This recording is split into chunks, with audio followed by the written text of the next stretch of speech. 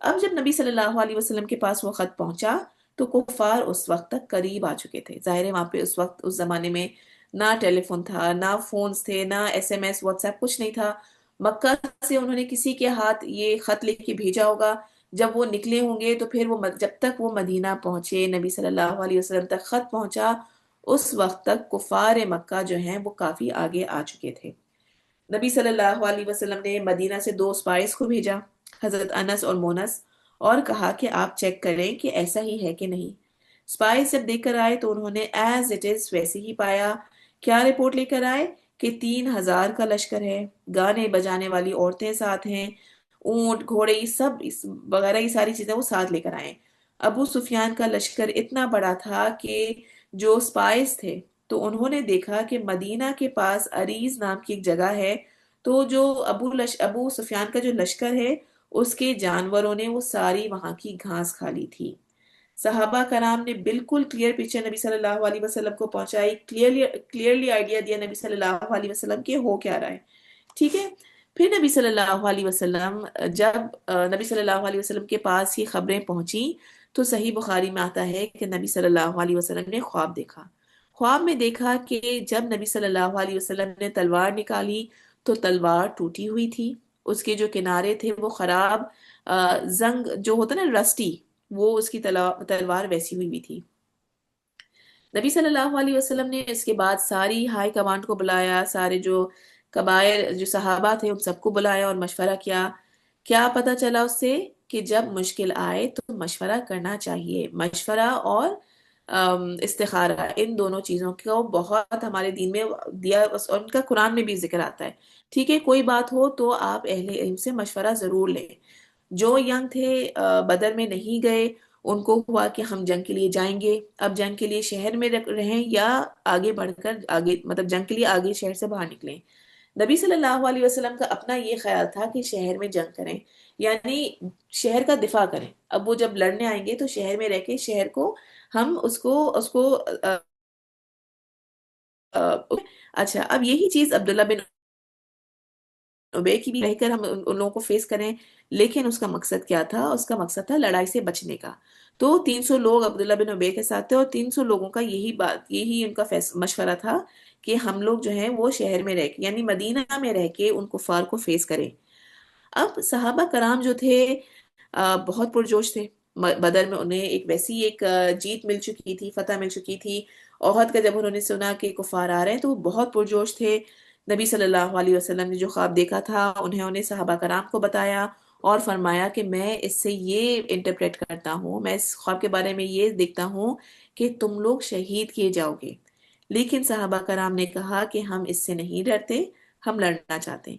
اس کے بعد نبی صلی اللہ علیہ وسلم نے جب مشورہ ہو گیا، نبی صلی اللہ علیہ وسلم نے فیصلہ کر لیا. وہ اندر گئے، انہوں نے اپنا آرمر پہنا، زرہ پہنی، اور انہوں نے تیاری شروع کر دیا. صحابہ کرام کچھ شرمندہ بھی ہوئے کہ ہم نے فیصلہ بہت جذبات میں کر دیا. ایسا تو نہیں ہم نے نبی صلی اللہ علیہ وسلم کو پریشرائز کیا جس کی وجہ سے نبی صلی اللہ علیہ وسلم نے فوراً اس فیصلہ ان کو لینا پڑا.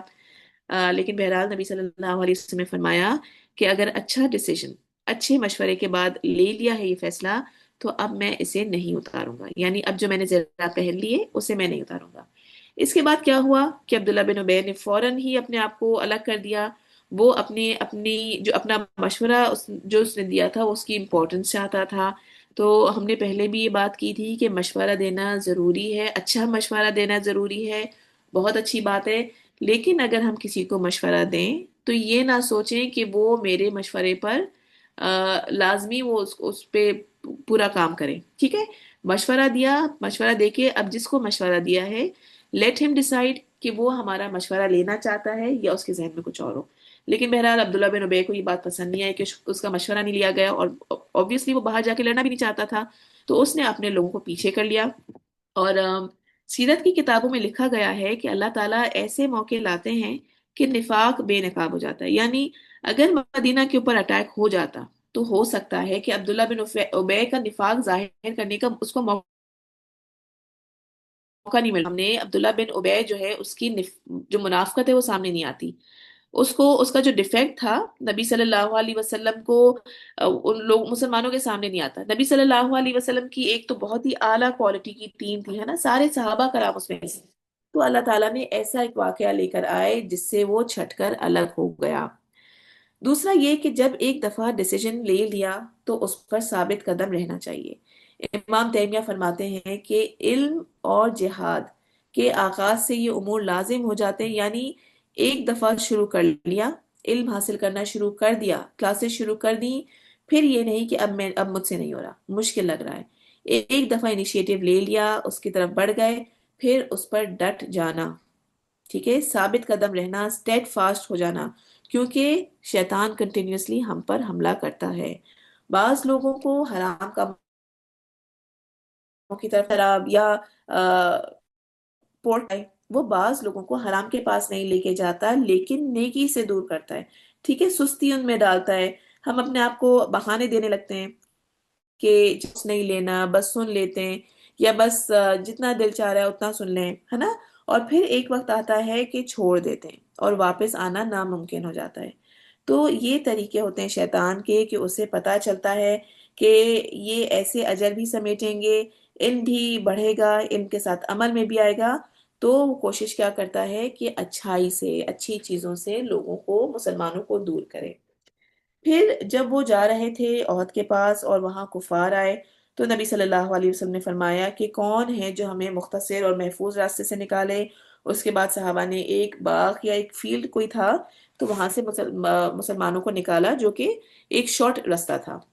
تو وہ اس طرح سے آئے کہ پیچھے کی طرف عہد تھا. اس میں نبی صلی اللہ علیہ وسلم کی بہت بڑی حکمت تھی. ہوتا ہے کہ ہوتا کیا ہے کہ لڑتے وقت ایک دوسرے کی طرف بڑھتے ہیں اور بڑھتے بڑھتے ایک دوسرے کی سائڈز کی طرف پہنچ جاتے ہیں، ہے نا. اس سے پیچھے سے حملے کی چانسز بہت زیادہ بڑھ جاتے ہیں. دوسری چیز یہ کہ جو ہمیں پتہ چلے گا کہ جس کی وجہ سے مسلمان بالآخر بچ جائیں گے کہ احد پہاڑ تھا اور اسے کون لوگ اچھی طرح سے جانتے تھے؟ مدینہ والے. ٹھیک ہے، احد جو ہے احد پہاڑ جو ہے، وہ جو ایریا ہے وہ مدینہ سے بہت قریب تھا. تو انصار اسے بہت اچھی طرح سے جانتے تھے، ان کو پتا تھا کہ کیا کیا کہاں ہے نا. تو اور پہاڑ ایک بہت بڑی پروٹیکشن ہے. پہاڑوں کی وجہ سے بہت ساری جنگیں جیتی گئی ہیں. تو آخر میں ہم دیکھیں گے کہ جب مسلمان ریٹریٹ کریں گے، پیچھے ہٹیں گے، تو پہاڑوں کی طرف جائیں گے اور اس کی وجہ سے کفار کو پیچھے ہٹ جانا ہوگا، ہٹنا پڑے گا. جب نبی صلی اللہ علیہ وسلم لشکر لے کر چل رہے تھے تو بہت سے چھوٹے لڑکے تھے. جیسے بدر میں بھی ہم نے دیکھا تھا. اب ایک بار بھی، اس بار بھی اراؤنڈ 17 آباز تھے، ان کو نبی صلی اللہ علیہ وسلم نے واپس کر دیا. حضرت رافع بن خدیج آئے اور ان سے بھی نبی صلی اللہ علیہ وسلم نے فرمایا کہ آپ کی ایج نہیں ہے، آپ واپس جائیے. تو انہوں نے کہا، جیسے ٹپ ٹوز میں کھڑے ہوتے نا، تو وہ کھڑے ہو کر انہوں نے شو کیا کہ آئی ایم کیپیبل، میں لڑ سکتا ہوں، مجھے آپ ایکسیپٹ کر لیں. اب نبی صلی اللہ علیہ وسلم نے انہیں ایکسیپٹ کر لیا. جب یہ دیکھا تو حضرت سمرہ جو تھے وہ نبی صلی اللہ علیہ وسلم کے پاس آئے اور انہوں نے کہا کہ آپ نے حضرت رافع کو ایکسیپٹ کر لیا ہے تو آپ مجھے بھی ایکسیپٹ کریں، میں ان سے زیادہ کیپیبل ہوں، میں انہیں پچھاڑ سکتا ہوں. تو نبی صلی اللہ علیہ وسلم نے کہا کہ آپ کر کے دکھائیں، اور باقی انہوں نے، حضرت سمرہ نے حضرت رافع کو پچھاڑ دیا. تو نبی صلی اللہ علیہ وسلم نے ان دونوں کو ایکسیپٹ کیا. تو دیکھیں اس میں کیا ہے، انسان کو پتا ہوتا ہے کہ وہ کیپیبل نہیں ہے، لیکن اس کے بعد بھی اللہ تعالیٰ رستے میں لگانے کی، اللہ تعالیٰ کے رستے میں لگنے کی کوشش کرتا ہے نا. دس از واٹ میٹرز. اللہ تعالیٰ کوشش دیکھتے ہیں، رائٹ. انسان جانتا ہے کہ وہ قابل نہیں ہے، لیکن خواہش کیا ہونا چاہیے کہ مجھے اللہ تعالیٰ قبول کر لیں. ہم کھوٹے سکے ہیں، اللہ تعالیٰ ہمیں قبول کر لیں. اور عمر بن جموع کا واقعہ ہے، اپنے بیٹوں سے زور زبردستی کر کے نبی صلی اللہ علیہ وسلم کے پاس لڑنے کی پرمیشن لینے آئے. نبی صلی اللہ علیہ وسلم نے فرمایا کہ آپ کے پاس عذر ہے تو آپ نہ لڑنے جائیں. اس پر انہوں نے کہا کہ نہیں، میں جانا چاہتا ہوں، میری خواہش ہے کہ میں لنگڑا لنگڑا کے، یعنی ان کے پیروں میں ڈیفیکٹ تھا، تو انہوں نے کیا کہا کہ میں چاہتا ہوں کہ میں لنگڑا لنگڑا کے جنت میں داخل ہوں. اس پر نبی صلی اللہ علیہ وسلم نے ان کے بیٹوں سے کہا کہ ان کو نہ روکے، انہیں جانے دیں. ان کا جذبہ دیکھ کے نبی صلی اللہ علیہ وسلم نے انہیں الاؤ کیا. تو آلدو رخصت ہے، عذر ہے، قابل نہیں ہے، لیکن خواہش کیا تھی کہ اللہ قبول کر لیں اور شہیدوں میں سے ان کا نام ہو. اور ہوا یہی کہ حضرت عمر جو تھے وہ آگے جا کے لڑے اور شہادت انہوں نے حاصل کی، شہیدوں میں ان کا نام ہے. نبی صلی اللہ علیہ وسلم نے حضرت زبیر کو حضرت خالد بن ولید کے سواروں کو روکنے کی ذمہ داری دی. خالد بن ولید ابھی تک مسلمان نہیں ہوئے ہیں. ایک سائڈ سے وہ اپنے لوگوں کو لے کر آ رہے تھے تو حضرت زبیر کو یہ ذمہ داری دی گئی کہ وہ ان کو روکیں، ان کو آگے نہ بڑھنے دیں. آم، نبی صلی اللہ علیہ وسلم آگے جن لوگوں کو انہوں نے رکھا وہ زیادہ اسٹرانگ تھے، جو زیادہ اسٹرینتھ جن میں تھی تو ان کو آگے رکھا گیا، اور جو کمزور تھے انہیں پیچھے رکھا گیا. دیکھیں سیرت سنت ہمیں حکمت سکھاتی ہے نا، کس وقت کیا کرنا ہے، کس شخص سے کام کروانا ہے، کیا پرائیورٹیز ہیں، کیسے مینج کرنا ہے، کیسے آرگنائز کرنا ہے. یہ ساری چیزیں ہم سیرت سے کس طرح سے سیکھ رہے ہیں. اچھا، اس کے بعد پھر مکہ سے پورا قافلہ آیا، حملہ کیا. اب کی بار آپ دیکھیں کہ بدر کے بعد ابو سفیان آئے غزوہ سویق پر، یہودیوں سے ملے اور مسلمانوں کی اسٹریٹجیز پوچھ کر گئے. اب کیا کیا انہوں نے اپنے لشکر کو آرگنائز کیا، مسلمانوں سے سیکھا، اور انہوں نے مسلمانوں کو کاپی کیا. تو انہوں نے کیا کیا، خالد بن ولید کو رائٹ سائڈ پر رکھا، اکرمہ بن ابو جہل کو انہوں نے لیفٹ سائڈ پر رکھا، بیچ میں پیدل چلنے کا راستہ رکھا، دونوں لشکر کا آمنا سامنا ہوا. 3,000 کا 700 کچھ، 3,000 اور 700 کچھ کا ریشیو تھا. ٹھیک ہے. اچھا، انکاؤنٹر شروع ہونے سے پہلے نبی صلی اللہ علیہ وسلم نے مسلمانوں کو بوسٹ کیا، ان سے بات کی، اور صحابہ کرام کو جنگ میں ثابت قدم رہنے کی تلقین کی. جو کہ ہمیشہ آپ دیکھیں کرکٹ میچ میں بھی کیا ہوتا ہے کہ جو لیڈر ہوتا ہے، جو کیپٹن ہوتا ہے، وہ اپنے لوگوں کو، اپنی ٹیم کو، ان کو بوسٹ کرتا ہے، ان کے مورال ہے.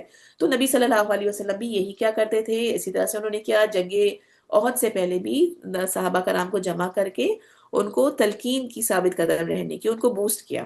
پھر اس کے بعد دیکھیں نبی صلی اللہ علیہ وسلم نے اپنی تلوار نکالی اور فرمایا کہ اس تلوار کا حق کون ادا کرے گا.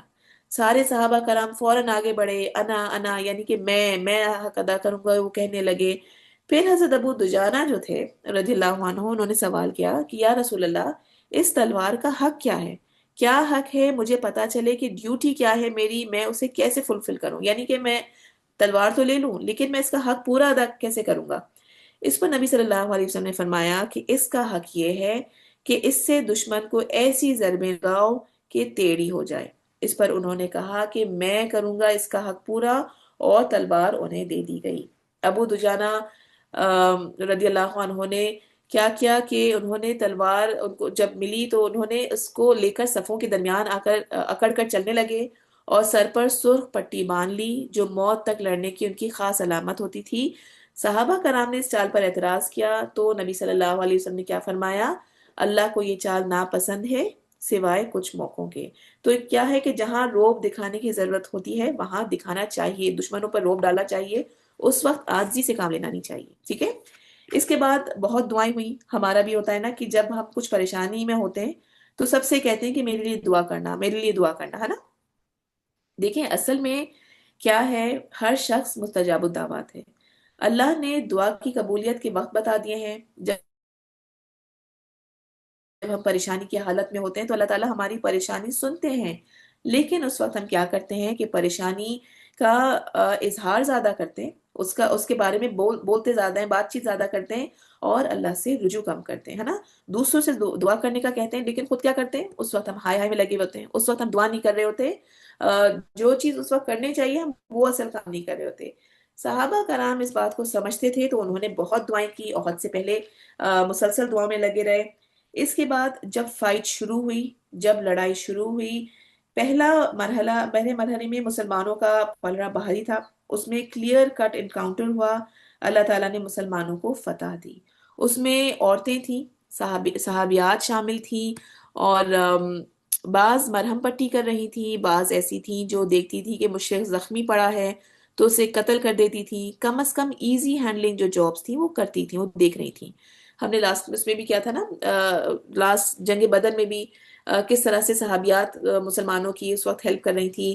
حضرت صفیہ رضی اللہ عنہا رضی اللہ عنہ کی والدہ تھی، نبی صلی اللہ علیہ وسلم کی پھوپھی تھی، اور بہن کس کی تھی وہ؟ بہن تھی حضرت حمزہ رضی اللہ عنہ کی. بھائی سے شدید محبت تھی، اور اسی جنگ میں حضرت حمزہ شدید ہوں گے. حضرت حمزہ کی شہادت کیسے ہوئی کہ وحشی نامی ایک شخص تھا جو کہ بہت اچھا نیزہ باز تھا، یعنی بہت اچھا سپیئرز مین تھا. دور سے وہ اس طرح سے وہ نیزہ پھینکتا تھا کہ وہ ڈائریکٹ اپنے جس جگہ پہ وہ پھینکنا چاہ رہا تھا، جس ٹارگٹ پہ، وہ بالکل صحیح اس کا ٹارگٹ لگتا تھا. تو اسے بلایا گیا اور اس سے کہا گیا کہ حضرت حمزہ کو اٹیک کرو، انہیں مارو. ایسے ہی کیا، حبشی نے حضرت حمزہ پہ اٹیک کیا، ان پہ نیزہ ان کو پھینکا، اور حضرت حمزہ کو اس طرح سے وہ نیزہ لگا کہ اس کی وجہ سے ان کی شہادت ہوئی. ہند جو تھی، اس کے ہم نے بات کی تھی کہ جنگ بدر میں تین رشتہ دار، یعنی کہ بھائی، ہسبینڈ اور اس کا جو والد تھے، وہ تینوں ایک ساتھ ان کی ڈیتھ ہوئی. اور حضرت حمزہ جو تھے وہ سب سے آگے تھے مبارزت کے وقت. تو ہند جو تھی، حضرت حمزہ سے اس نے قسم کھائی ہوئی تھی کہ حضرت حمزہ سے اپنا بدلہ لے گی.